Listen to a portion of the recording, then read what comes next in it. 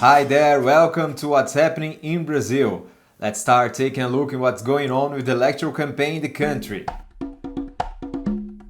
Less than 30 days before the general elections in Brazil, September starts with decisive events. On Wednesday, September 7, Brazil celebrates the bicentennial of its independence, and President Jair Bolsonaro called his most radical base to a walk in downtown Rio de Janeiro. Bolsonaro said that this would be the last demonstration, exalting the coup mood. In 2021, the president used the day to call for protests throughout the country, encouraging a possible coup d'état with the closure of the National Congress and attacks on the ministers of the Supreme Court. Despite the call, the president did not have the support he expected. In response, popular and student movements called for a rally in defense of democracy on September 10. This could be the largest street demonstrations before the October 2 elections. The latest polls confirm the favoritism of former President Lula da Silva with 42% of the voting intention, followed by the current head of state with 34% of the preference, according to FCB communication poll. In an eventual second round, Lula would win the elections with a gap of 13 points over the current president. Lula's Workers' Party and Bolsonaro's Liberal Party are also the best positioned to win the Senate elections.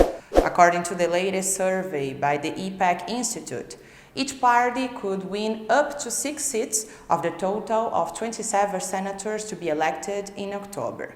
The Liberal Party currently has 9 senators and the PT has 7, the third and fourth largest caucuses. The disinformation campaign continues to be the hallmark of the electoral process. For the third consecutive week, the Superior Electoral Court determined the suspension of publications by supporters of the Bolsonarist campaign for spreading fake news related to Lula and opinion polls. Expectation and tension with less than 4 weeks to go for the general elections in Brazil. The dictatorship in Brazil lasted from 1964 until 1985. The thickest period of the regime started in 1968. It was in that year that invasion of the University of Brasília campus happened, which resulted in hundreds of students and professors and politicians beaten. August 29th, 1968. On a sunny morning with the dry air in Brazil's capital city, military men stormed the Darcy Ribeiro campus at the University of Brasília, also known as UNB, using an extensive police apparatus. About 500 people, including students, professors, and federal parliamentarians, were cornered and beaten in the sports court located in front of the Faculty of Education building. Sônia Hipólito was 22, a geology undergraduate student, and was a student movement militant. Foi uma invasão muito truculenta. It was a very brutal invasion with intense repression by military personnel and many shots. An undergraduate student was shot and 60 people were arrested. 500 of us, professors and deputies who supported our struggle, were trapped in a basketball court, interrogated, pulled by the hair, and cursed non-stop. It was a really violent and aggressive action against us. Behind the violent military invasion of UNB, there was the fighting against the student movement, which was booming at the time across the country. However, the attack was more than that. To the army, UNB represented a brand new project of education contrary to the regime's interests.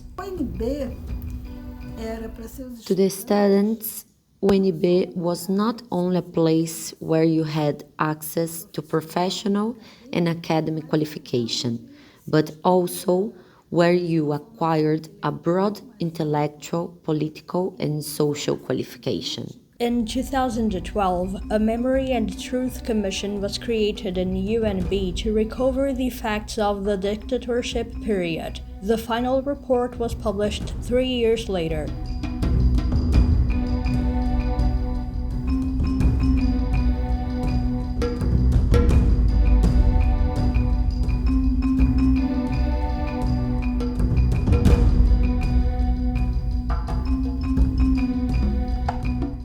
A journey through the Amazon rainforest, getting to know its people, cultures, and resistance strategies. This is the subject of the documentary series The Sound of the River, available on YouTube. identity, connection, biodiversity, activism. These are the 4 words that permeate a journey full of meetings and resistance across the Amazon region. The recently released documentary series, The Sound of the River, shows an unprecedented expedition headed by Indigenous leader Val Munduruku and singer Maria Gadú across traditional communities in the Baixo Tapajós region.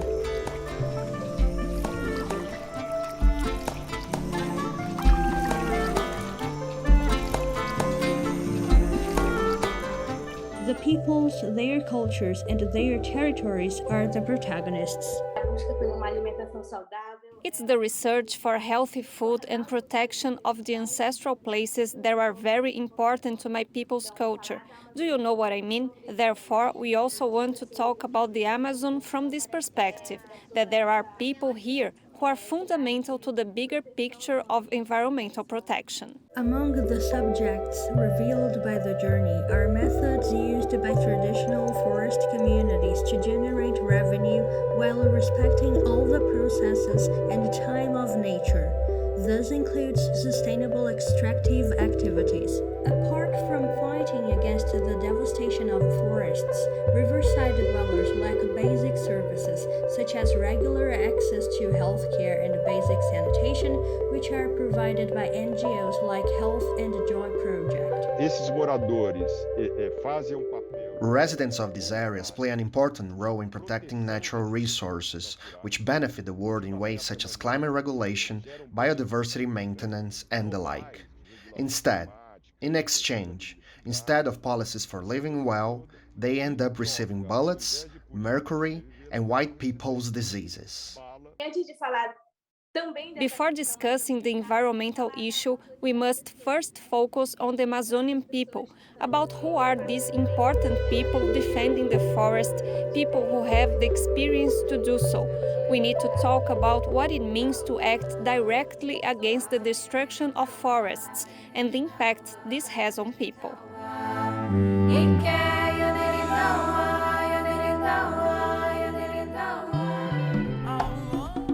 And now it's time for Brazilianese.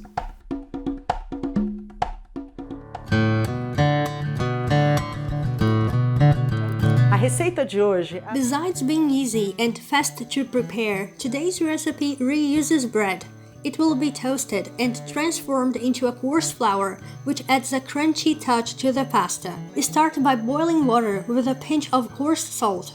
While it is boiling, you're gonna make the flour from bread leftovers. Drain the toasted bread using a mixer until it looks like coarse flour. Put the pasta in the boiling water and cook it following the instructions on the packaging to guarantee it will be al dente and not overcooked. While the pasta is cooking, add in a bowl the butter at room temperature. Add the fresh herb mix, chop the garlic, black pepper, orange zest, and salt. When the pasta is ready, drain it and put it in the bowl with the herbs, butter, and orange zest.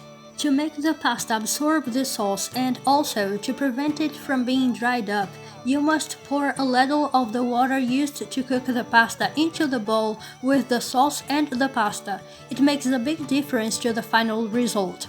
Mix it well. Then, sprinkle with the flour you made from leftover bread, stir quickly, and serve the dish.